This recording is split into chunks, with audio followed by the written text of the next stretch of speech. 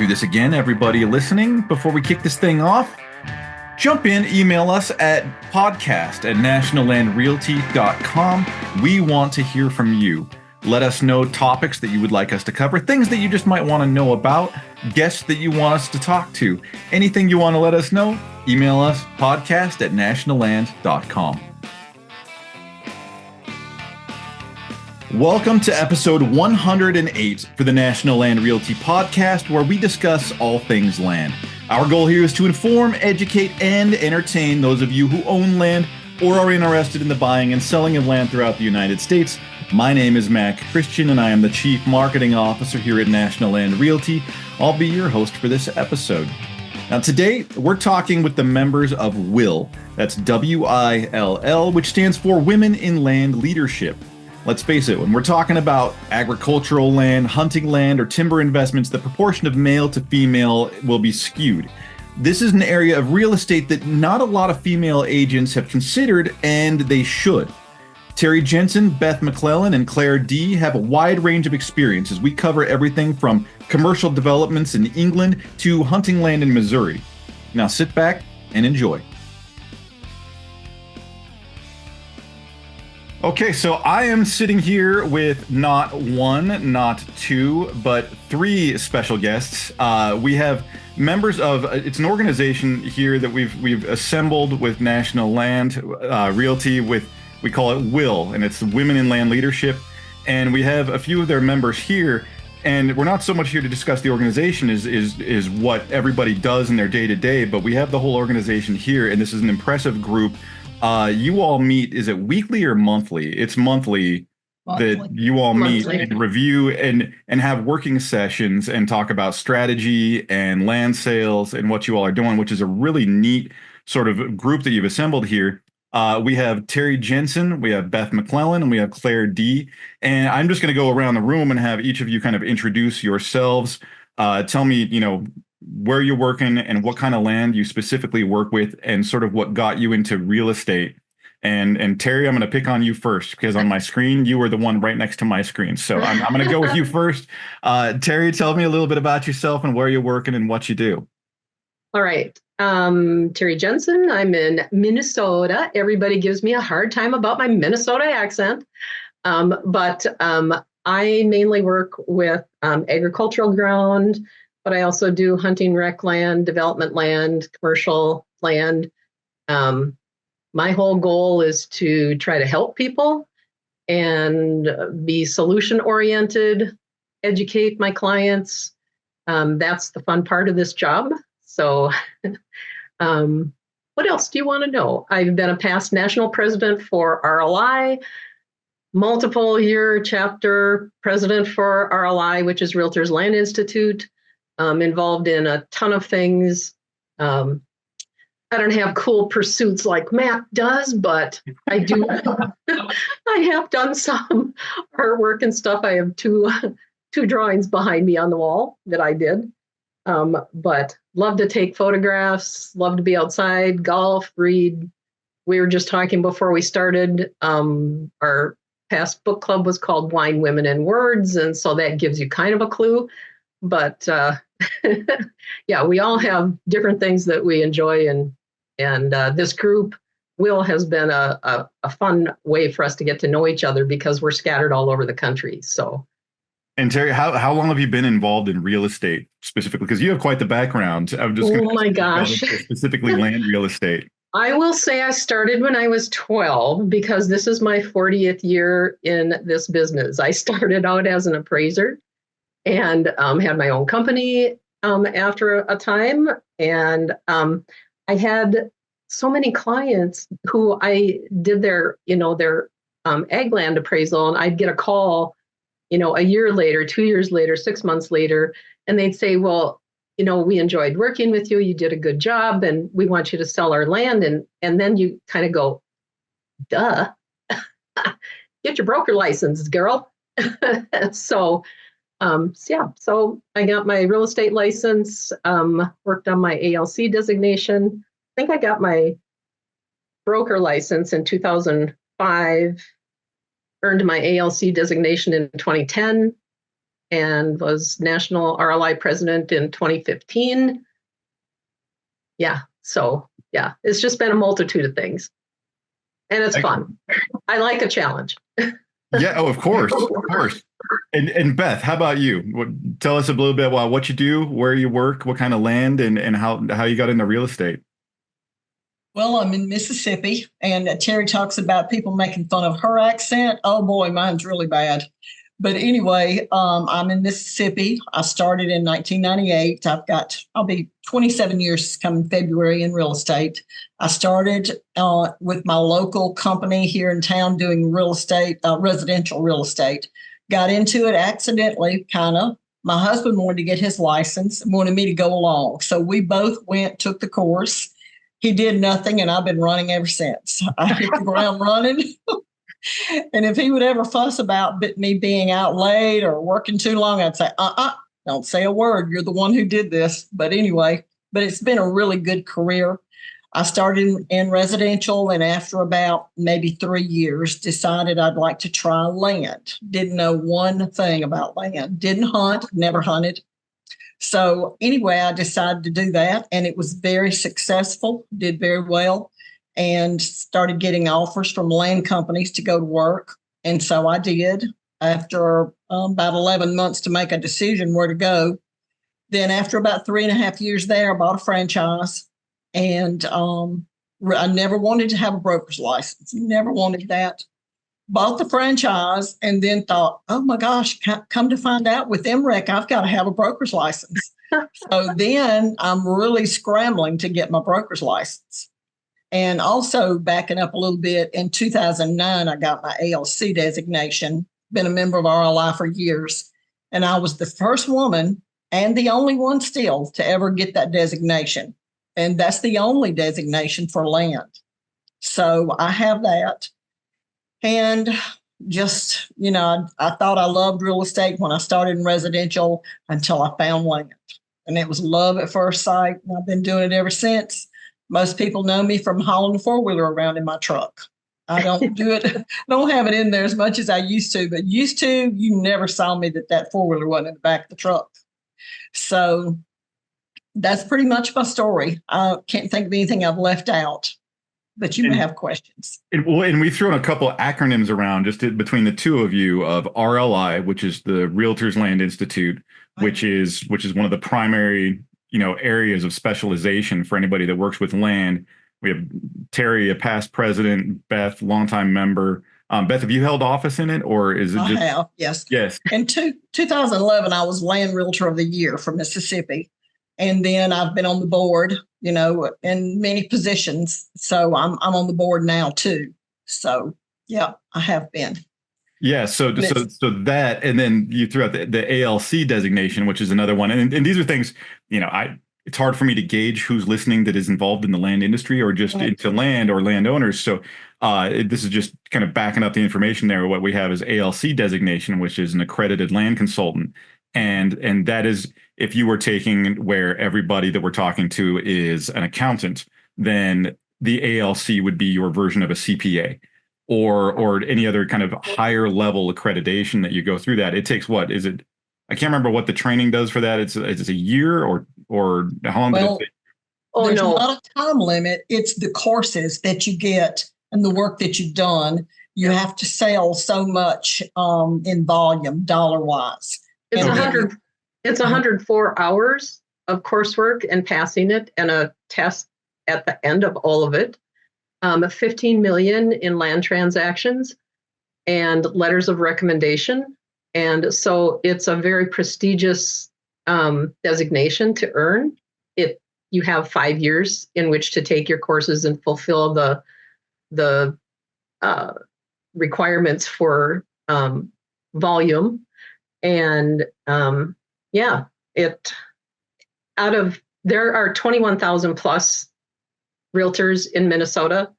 I am one of 14 to have the ALC designation. I think Beth is the only woman in Mississippi to have that designation.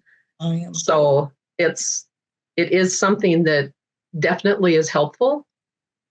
And Judy is in the process of getting hers. She's not on today, but Yay. Yeah, I just wrote a letter for her the other day. She asked me to write a letter. But I was going to say, too, about the ALC. Now they have that Land U where you can go and get everything in 1 week. Back when I was doing mine in 08, 09, 07, I got involved, I think. But when I did mine, I had to go all over the country to get my course. I went to Dallas for one. I went to South Carolina for 1031. I went to Memphis for one. I can't even remember all the places, but we spent a lot of money and time getting that back then.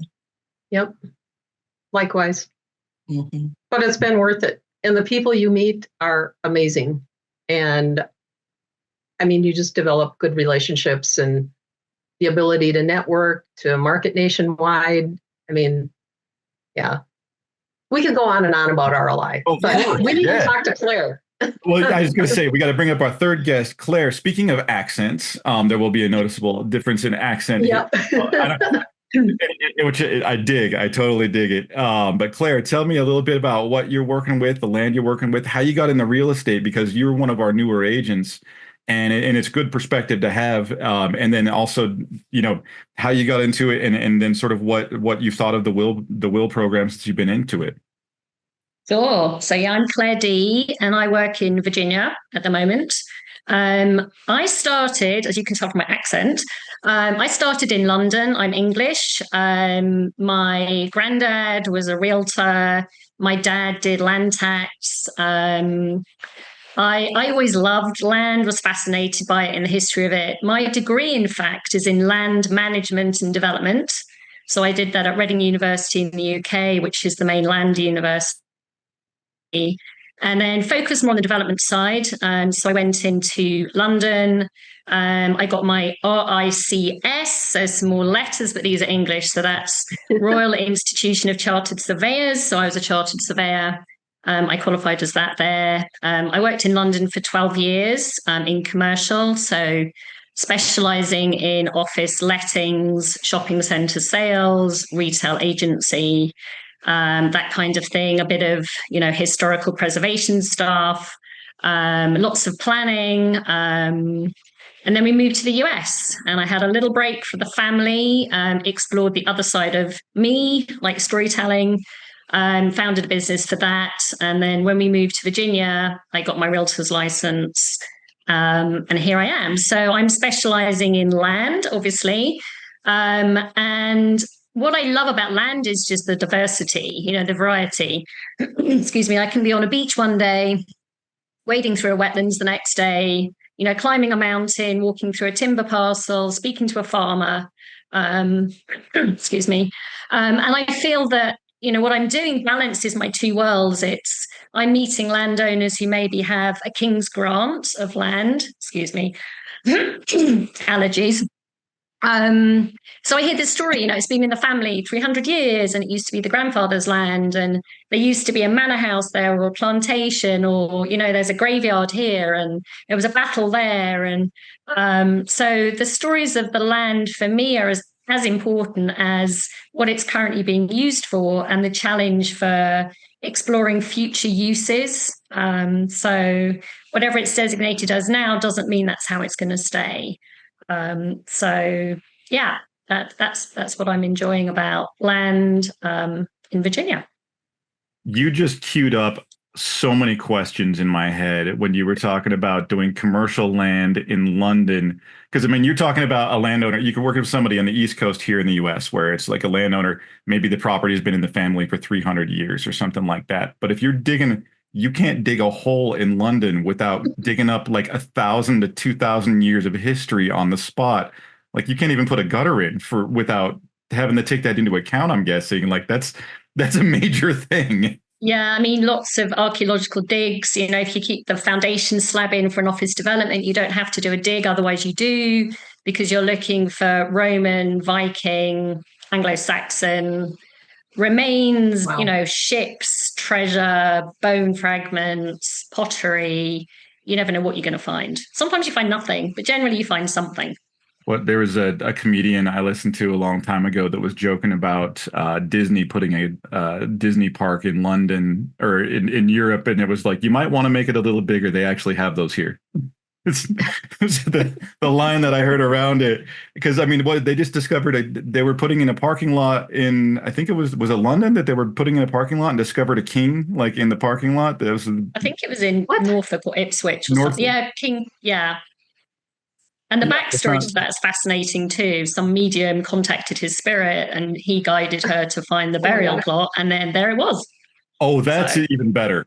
Yeah. So plenty of experience, just newer with our organization and here in the US and everything.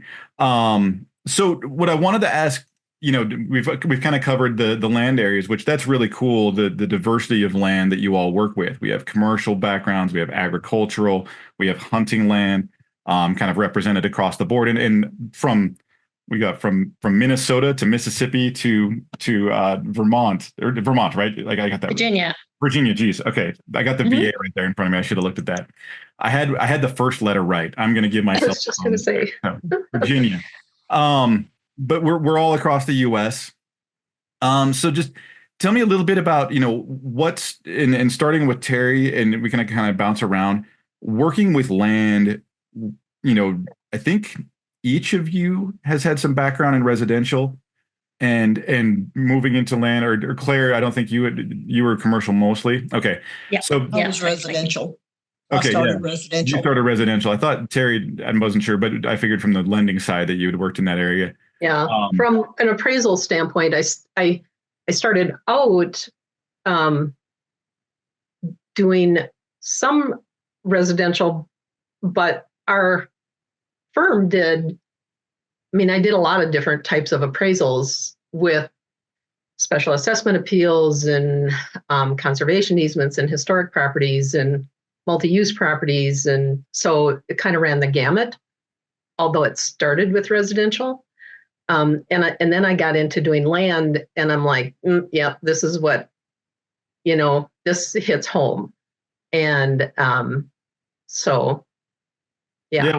Each of you has just a genuine love for land. And I wanted to ask you sort of what's the most rewarding part of working with that? Because there's all kinds of real estate you can work with, but land is fairly unique. And so I wanted to just ask you, what is the reward of that? What's the appeal? The effort to pursue that on a continuous basis, and sort of what do you see in land that you don't see in other sectors of real estate, I guess would be the good question. So Terri, I want to throw that question at you first. Oh, wow. Thanks. Let's see. Actually, one of the things that I really like the most is the people that you work with, because I can tell you, with working with people who own land, I'm not kidding. This is my 40th year in this business. I can count on one hand the number of people that I never want to see you again. So, that's part of it, but also what Claire said before, every piece of land is unique. Every owner is unique. It creates its own challenges and opportunities, and it's different every day. You don't have to sit behind a desk all the time. Your schedule is flexible. How many more things do you want me to say? You're stealing my answers, Terri. Mine too. Well, so Beth, let's move on to you. Beth, what about you? What's the most rewarding part about working with land? Well, she just stole some of it. Well, I'm glad he started with me then. Yeah. What'd you say, Mac? I said she had notes that she passed around. She was Yeah. Well, the most rewarding, I think, a lot of it has to do with you're not just sitting right there close to home every day and running back and forth to 2 or 3 houses and showing the houses all day. And it's hot in the summertime, and they're closed up and just a lot of things. But with the land, you can work so much further away from home. I can list properties within 2 hours. I don't mind driving. I'll load up and drive to another county any day. Most days, actually. The relationships, the clientele, the people that you work with, you don't have as many crazy issues to deal with like you do in residential with home inspections and termite inspections and mama's coming along to look at everything, and I don't know, it's just a lot different. It's more fun. Not that it can't be very stressful. It can be extremely stressful at times, but it's just a lot more fun. You're out in the open. You're not having to sit behind a desk, like she just said, all day. It's just so diverse, and you meet so many interesting people. People don't have to have land. They do have to have a house. They don't have to have land. It just makes it a lot different. It's a lot more interesting. It's more fun. And I'm a girly girl. Nobody would have ever thought I would be riding around in a pickup with a four-wheeler in the back of the truck. I wouldn't have thought it myself, but it just kind of evolved, So, and I still am a girly girl in the woods with my hair and makeup and everything else, But it's just fun. It's just a lot of fun. And Claire, I'm going to pose the same question to you, but I am going to throw in a little twist in this. Since you did work real estate overseas, tell me a little bit about your first transaction here in the U.S. and sort of what that experience was like. Yeah, it's a very different system. Obviously, America's founded on English law, which is founded on Roman law.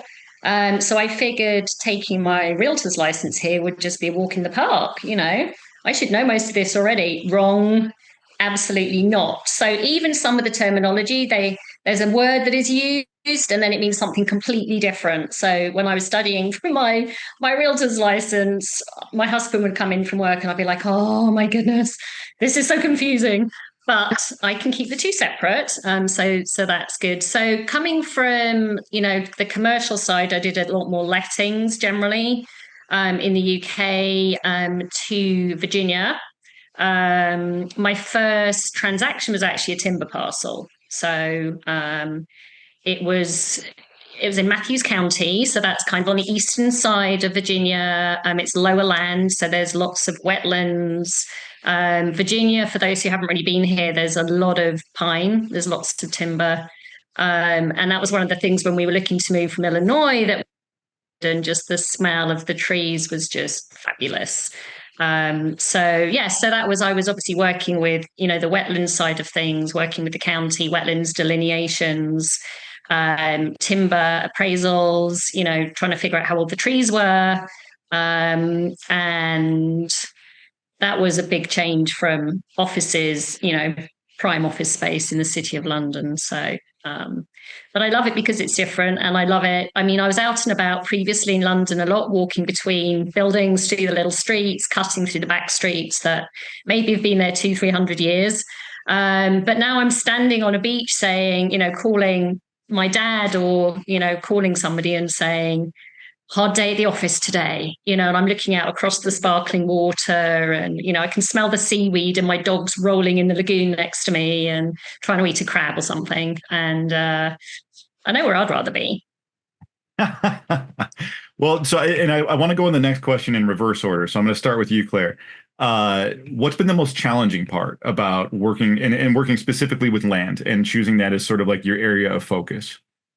Yeah, I think the hardest thing is kind of managing expectations of buyers and sellers. So, I mean, as I think Beth said, everybody owns a house, not everybody owns land. And so they're, particularly in the markets we've had recently, they expect that you stick your sign up and that it's sold within days and you have 10 offers and they're all above list price. And no, land is different. So, you have to go over the fact that the timeline's really different. It takes longer to get the listing up. We try to get the drone footage, particularly the larger parcels. And it's just a different world. There aren't so many buyers. There's specialist uses. You're restricted by the zoning quite often as to what you can do. Very often as well, you're dealing with inherited land. So it's been passed down, and each time somebody dies, it gets passed to 2 or 3 people. So it's not unusual to have 12 people that all need to agree. And generally, not everybody gets on with everybody. And so just trying to keep everybody individually informed can be challenging for them all to feel equally worthy. So I think they're the two things, the timeline of how long it takes to sell the smaller market. And then just sometimes the number of landowners. Yeah, Beth, same question to you. And since between you and Terri, I think have been in land, longer than a lot of the agents that we have. Maybe to speak to specifically to that issue of when you see a piece of inherited land, how you work with that, and sort of advice maybe that you have to landowners when they go to sell with siblings and stuff like that. I love that perspective, Claire. Talking about that, because that is a challenge that we don't talk about nearly enough. So yeah, Beth, same question to you. Excuse me. Well, it's very difficult and very challenging, some worse than others. Probably the worst one I've had took 2 years to close. We're supposed to be 14 heirs, turned out to be 32. Ooh. 2 years later, they were in 7 states and on 2 continents. And the guy that was in charge of the family was very, very smart, very educated. He came to me with all the information, supposedly. He had everybody's information. Long story short, there was a lot he didn't know. So heir property is very challenging and difficult.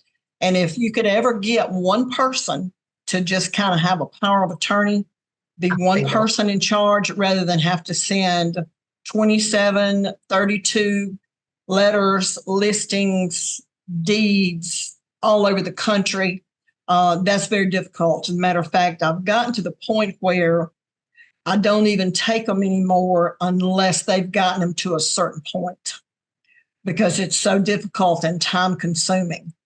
And some of them can't be done at all. Another thing that's difficult and challenging and very sad are people in that position that call you and tell you they have access. It was there when they were a child. Now it's been split up. They're landlocked. Or either they had timber there. You go look at the property to tell them what it's worth. The timber is gone. They didn't even know it. So, that heir property is real challenging. So I don't know if I answered your question completely. No, I think that's a perfect answer. Okay. Terri, what about you? What are some of the more challenging pieces? And if you have anything to add to the heir situation or just maybe different challenges? No, I'm just going to say ditto to what Claire and Beth said. I mean, unrealistic expectations is I think a major challenge. And truly, I can concur with Beth. I mean, one of the properties I had 9 siblings. The parents' will was set up so that everybody had to be 100%, a unanimous decision. 7 of them were married, which means that, okay, now 9 plus 7. So you're dealing with that many people who have to sign every document. So yes, I agree with Beth. If you can get one person or 2 people to be able to have power of attorney, that's awesome. What I've tried to do, if they won't do that, with today's technology, I try to get everybody on a Zoom meeting, because they're all over the country. People aren't together like they used to be. Not everybody's in Minnesota. They're scattered all over. So I try to get everybody together at one time so that everybody hears questions, everybody hears what I'm saying at the same time. Because otherwise, if you have 1 or 2 people that you talk to and then they have to relay the information, it just does that old game of telephone where by the time the last person gets it, you go, what? What did you say? What do you think I said? So trying to get everybody together and have that communication, that can be, an issue with dealing with multiple parties. But usually, especially like I said, with today's technology, it makes it a little easier to overcome that. So that would just be kind of my take on that. And the one that I brought up that had the 9 siblings, they all did not agree. There were 2 who did not agree, and those were spouses. And the property ended up sitting fallow for a whole year, growing weeds. And it finally went to a partition suit, and the judge made them sell. And which was so unfortunate. It was a gorgeous piece of land. good black dirt, that when you turn it over, it smells good. And it's like, you just go, your parents would be turning over in their grave if you knew what you did to their legacy. And so. Terri, I also think with the Zoom call that it's a great opportunity for everybody to meet us, because very often there's one member of the family that is taking the lead. So I think it's, particularly as you say, with everyone scattered everywhere, it's a great way for us to introduce ourselves, talk about the service we offer. We know how important historically putting a face in front of a face is. And so this is a great way of us using technology to, give people the opportunity to ask questions, however obvious, they may feel it is or isn't. So I think that's another very positive thing to be said. Well, part of what we end up doing too, I'm sorry, Beth. No, I was just going to say one thing about Zoom is we don't always have people who even know what Zoom is, let alone get on one, So, yeah. But go ahead, Terri, I'm sorry. I forgot what I was going to say. It couldn't have been that sorry, I missed you. Nope. Well, I was going to say, that's a situation that gets run into in every state, in every county, where you have parents that have either worked it for agriculture, had it for recreation, or they had a lot of land, or they're like a ranching family, and they want their children to be involved in that legacy.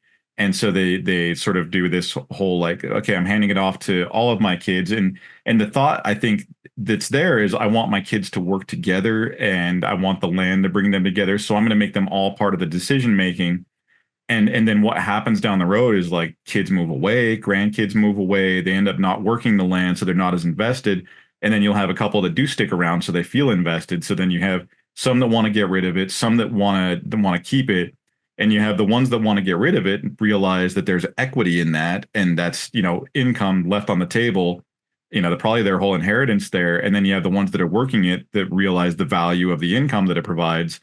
And so this thing that was left behind to bring kids together ends up being sort of a divisionary thing that splits them apart a little bit, and it causes hostility, and it's got the best of intentions, but it often doesn't yield that. You very rarely do you find more than two siblings that actually get along on a regular basis. Everyone's got a weird brother, right, or a weird sister, or something, or a weird in-law, or something that they just don't gel with. It happens, and that legacy planning is really important, especially deciding, like you said, power of attorney, something to where somebody does have a decision-making ability without pitting them against each other to make a decision. And there's anomalies in there. There's families that totally get along, but the ones that go sour, it seems to really drive a wedge. I don't know if that's Matt, your experience there, or part of what we do is educating our clients. And I mean, I can give you one example too, where sometimes you feel like you're kind of being a psychologist with dealing with the family. I had one family that I worked with, and there were 5 siblings. Again, some were married. They did not get along. And it took a lot of communication from me, educating from me. I was able to get them together. And one of the family members had already gotten their inheritance, but they felt that they still had something with this. And I actually had to hire, because I was doing an auction on this farm, I actually had to hire and have the sheriff be ready so that that family member did not come, because it was very threatening. And but it went well. I got everybody else on the same page. We were able to have the auction. And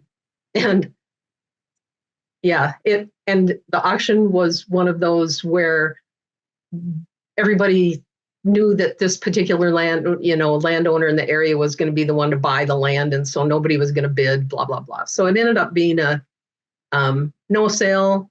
I had everybody go home except the high bidder, the guy that everybody thought would buy it. We got a price worked out that ended up being the highest in the county. And I got a call on my way back to the office from one of the other people that was at the auction saying, I understand that was a no sale. I'd like to, put an offer in. I said, well, you're too late. You could have helped me out at the auction. So, yeah, I mean, sometimes you end up the education part of it and then just trying to work with family members so that strife or the stress, doesn't enter into the picture, because land is very emotional for people. I've had auctions too where one of the females was sitting there crying in the front row. I'm like, okay, we have to take a break. You can't have one of the owners there, being totally upset. And it's hard to make a bid on something if the owner is crying in front of you. Like, yeah, because you go, do they really want to sell? Right. Yeah. So, but yeah, she ended up staying in a different room during the auction, and yeah, it worked out well. But land is emotional. When our farm sold, it took me about 10 years before I could go drive by it, because all the buildings were gone and all the places we played and trees that we climbed. It's like.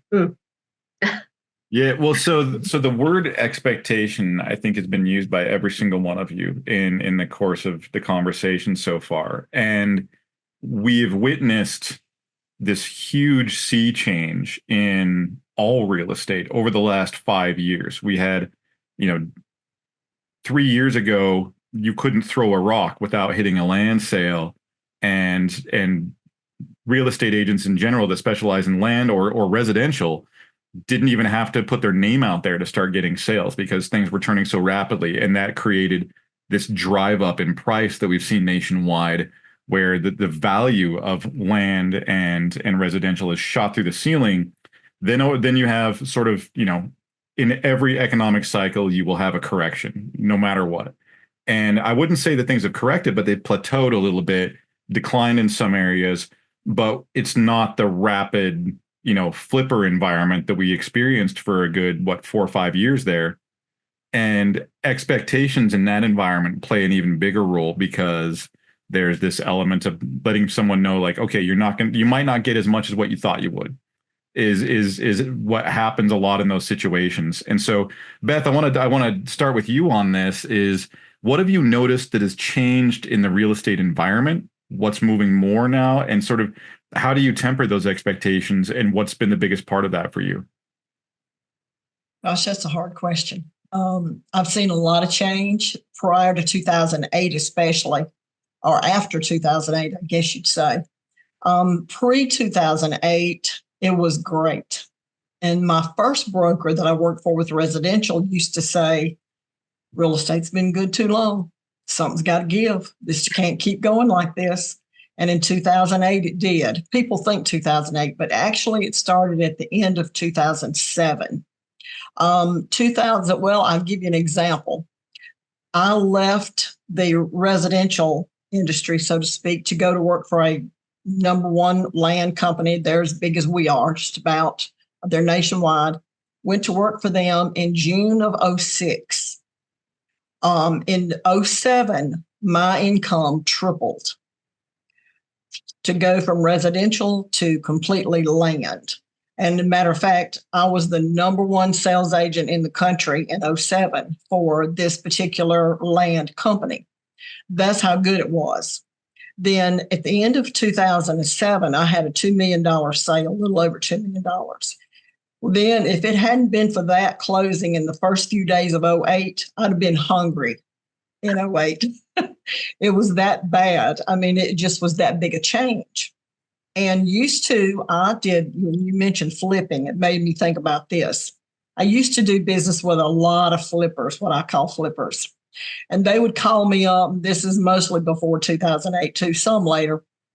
But they'd call and they'd say, hey, I want you to go ride with me and look at this tract of land. Tell me what you think we can get for it. And we'd go look at it. And I mean, it'd be bam, bam, bam. And we did that a lot. But that changed a lot. Recreational changed, the size of sales. Matter of fact, in 2007, when I was number one agent in the country, I had like 32 sales. I see these guys now, they'll do millions and millions of dollars and have like maybe 10 sales. It took me 32 sales. I had everything from a $20,000 sale to some $2 million and everything in between. We don't get as many big tracts here as some states do. So I have to do a lot of them. So I don't know if I'm answering your question or not, but I have seen a lot of changes for sure. Tell me a little bit about the environment today, where you sit right now, and sort of what kind of expectations are there in today's market? Well, in today's market, the timber issue is a big thing. Now people just want to go hunt, basically. People's expectations. One of the hardest things to deal with is pricing. That's a hard thing. That's a big challenge for me, and probably everybody.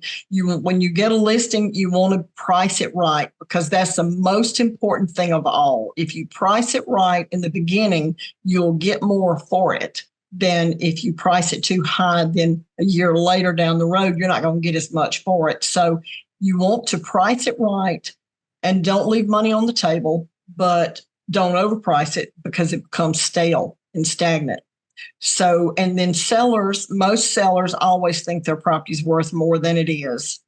So you got to find that happy medium, that sweet spot, to try to list it realistically where you can get it sold for them and them get the most money they can. That's always been an issue. That's a hard part of the job to me. I don't know about everybody else, but that's a hard spot for me.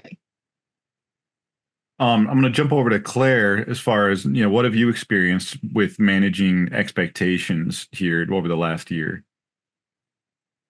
I think, similarly to Beth, land isn't like houses. How many bathrooms, how many bedrooms, location, comps. Us trying to pull comps together, you've got to see if the property you're about to list is a timber parcel, what other timber parcels are there?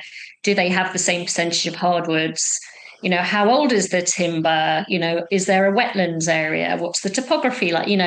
There are so many variables, and I think sellers are so much better educated than they used to be because the resources are there for them. So they come in with the expectation of what they think they're going to get per acre because the parcel down the road sold for 6,000 an acre, and then we have to have the conversation and explain that may have sold for 6,000 an acre. However, there are differences, and I agree with Beth that pricing it right is the hardest thing, and you don't really know until it goes out there. Because it's also the competition. If there are 20 other timber tracts, then, well, there's a lot of choice. Whereas if yours is the only timber tract, then somebody wants a timber tract, they're going to come knocking on your door. So, trying to gauge it so it's reasonable, it's accessible to buyers in terms of pricing, and, just watching other parcels in the area to see what's happening with those while your property is listed, because it's a longer listing period, as we've mentioned, than for residential. And if we have to adjust the price, you can always go down. It's very difficult to suddenly put your property price up by, 500,000, 200,000 or something. You get the calls from agents saying, well, why have you done this? It doesn't make any sense. So you get one chance of listing it and picking a good price. And, so you have to do it right. So did I answer the question? Absolutely. And Wonderful. Terri, I want to throw the same question at you, especially because of your background where you worked as an appraiser and evaluating land, and now, working primarily in the real estate side. How have you been managing expectations, and what have you seen in the market in your area over the last year, 2 years?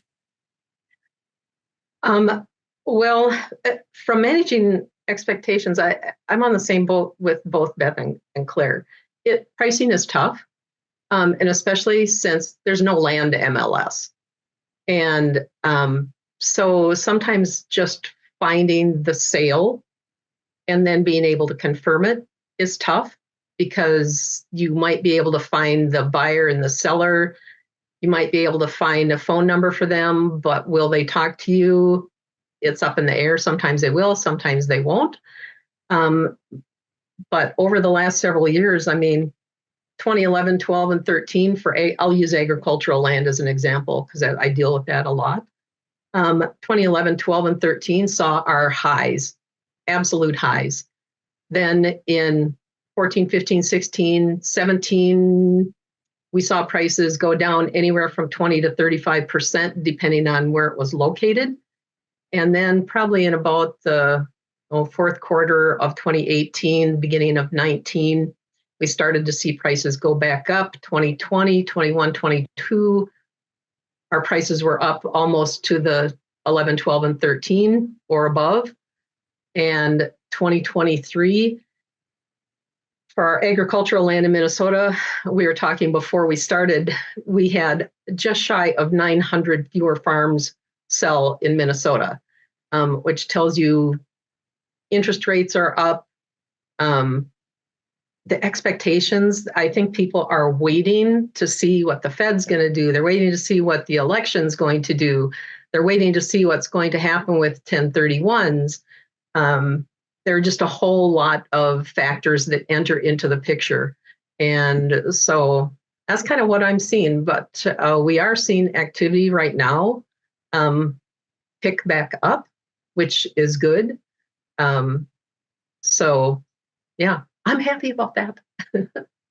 Yeah, it's been a weird sea change in sort of the real estate markets over the last few years, because you had, I want to call it like a spending spree that happened during, I hate talking about the COVID area because I feel like it just gets oversaid, but we had this area where everyone's locked down and there's high liquidity and there's money in the market and low interest rates, and spending went crazy on real estate. And everybody kind of knows that.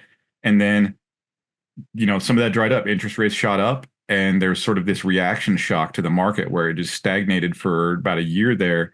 And it seems to be picking up a little bit, nationwide here towards Q3, Q4 of 2024. Is that what you're all kind of seeing?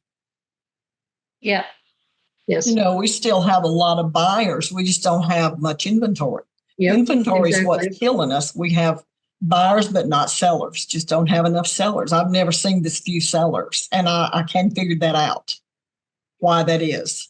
Is there an element of a lot of the land that should have transacted, through a slow drip was sort of fast forwarded into that condensed time period of COVID, where a lot of the people that would have sold then? And because I've heard that said, I just don't know if I believe it. So I just wanted to throw a philosophical question at you all. Do you think a lot of the land that would have sold now sold then, and it's sort of taken it, because land doesn't rotate the same way that residential does. You'll see people stay in a residence 2-3 years and then rotate to a new residence a lot of the time, not all the time, but land tends to be held longer. Do you think the acceleration of transactions kind of drove a slowdown, or is that sort of, there's plenty of land there, but people are just holding tight right now? I think they're just holding tight for some reason. And I don't know why, because prices are better than they have been. Prices are really good. So I can't figure out why. I know why home buyers especially aren't selling as much, even though that's kind of picked up too now, but interest rates, but for land, it's just different. And so I don't know why sellers are not selling more. So I want to ask you all a question now on the W.I.L.L group, Women in Land Leadership, and tell me just sort of about what you all do to engage with each other and the types of brainstorming that you have. Terri, I'll go with you first.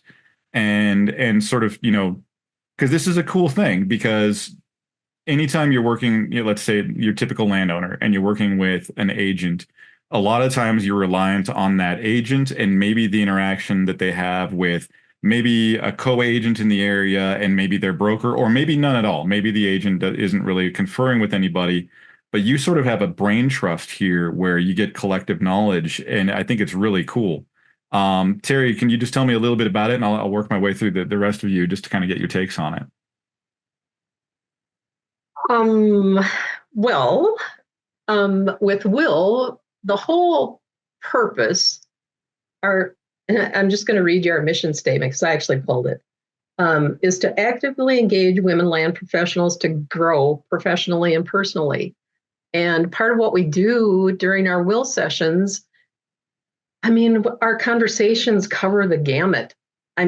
From issues that we're having with clients, from issues we're having with technology, who do we work with at National Land to help us out, because we've got so much help from marketing, GIS, et cetera.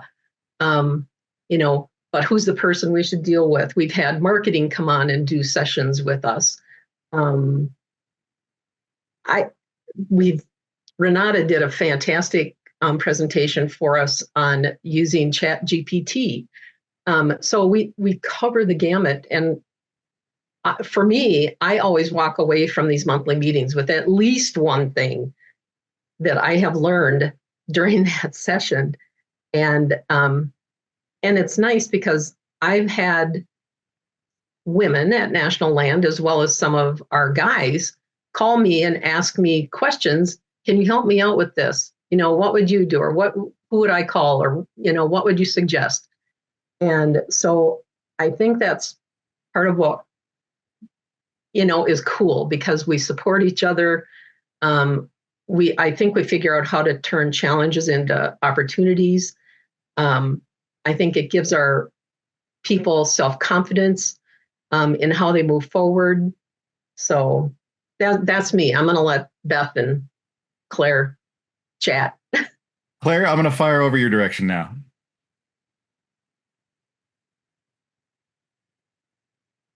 Oh, you're frozen. Land. Oh, whoops. Did I break up? Did I break up? I'm sorry. You guys froze. Yeah. So I'll say it again. So I would like to actually take this opportunity to thank Terri, because without Terri, there'd be no Will. Terri is always there. She's always supporting each and every one of us. Nothing is too small and insignificant and unimportant. And, we hit on big ticket items, and we also touch on really tiny things that just makes our day a little bit easier. So thank you, Terri.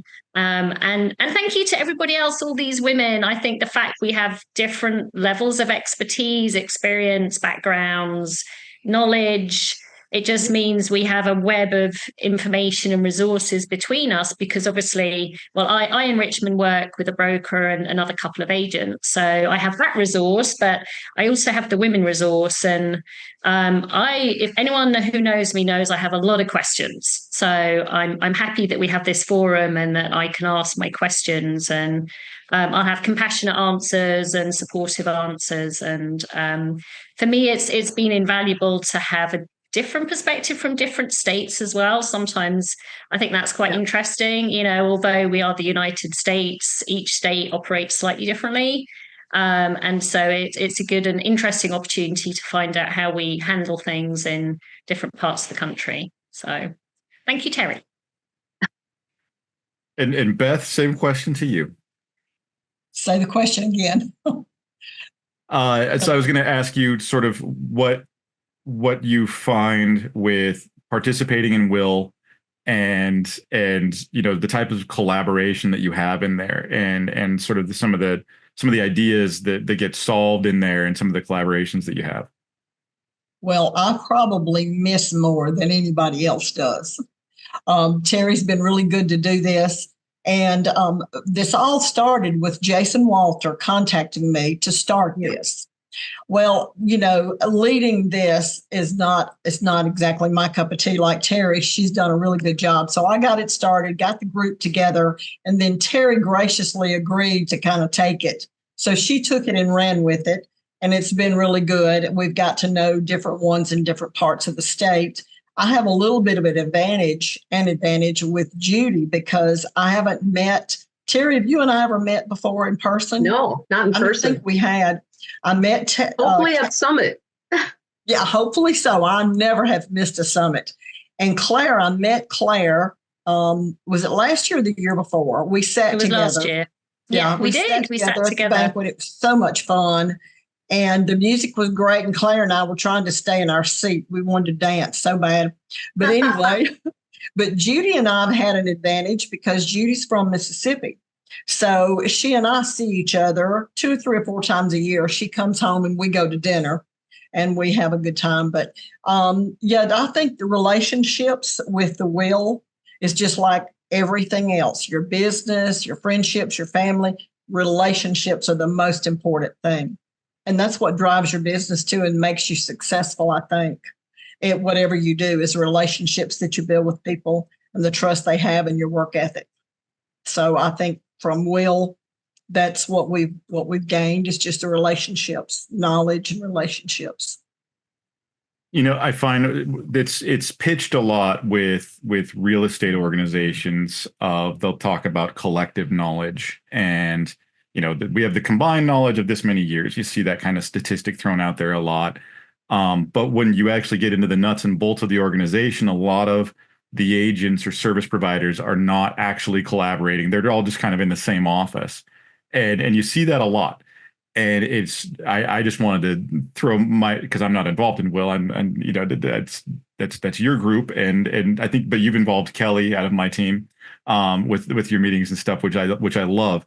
But doing this actual collaboration and forming a brain trust where when somebody works with one of you, they are actually getting collective knowledge and collective problem solving. They're getting perspectives from across the country, and so when somebody is working to sell their land through one of you, they're actually getting, decades of experience combined into one person because they're able to ask those questions. I find that such a unique scenario that you all have come together. And Terri, that you've definitely been a part of leading, because we get several communications from you throughout the year of talking about like, hey, we're doing this with Will, let's get this promoted and stuff. You're excellent at communicating with us. We love it. And I love the brain power that you put into it, and just the support, I guess, is what I'm trying to say, that you all have put into this. It's a really cool scenario. It's something that, I mean, even at National Land, we talk about it all the time. With our agents collaborate more than your typical brokerage, but the group that you've assembled is even more than that. And it's such a neat thing, and it's so unique.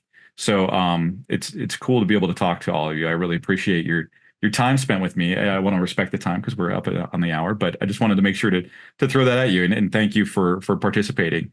I want to give you all sort of a closing kind of thing. Let everybody know, sort of how to reach you. I'll have all your contact information in the show notes and everything, but give you all a chance if you have a last piece or a way to reach out to you in your area. Terri, I'll start with you. Well, you can always call 507-382-0908. Sell. Perfect. Or just, T Jensen at nationalland.com. It's easy. And Beth? Same with me. My phone is on 24/7. I'm a night owl. I'm up late. Anybody can call me or email me or text me at any time. I'm known for being a workaholic, so that is very true. Call me or send me an email or whatever. I'm glad to help anybody. I've had several women throughout the years call me to ask about getting in the land business, because we're definitely in a minority. We are in a man's world, a man's field. That's never bothered me. But anyway, my phone number and email address and everything is on our website. Feel free to call me anytime. And thank you, Mac, for doing this. Yeah. Claire, what about you?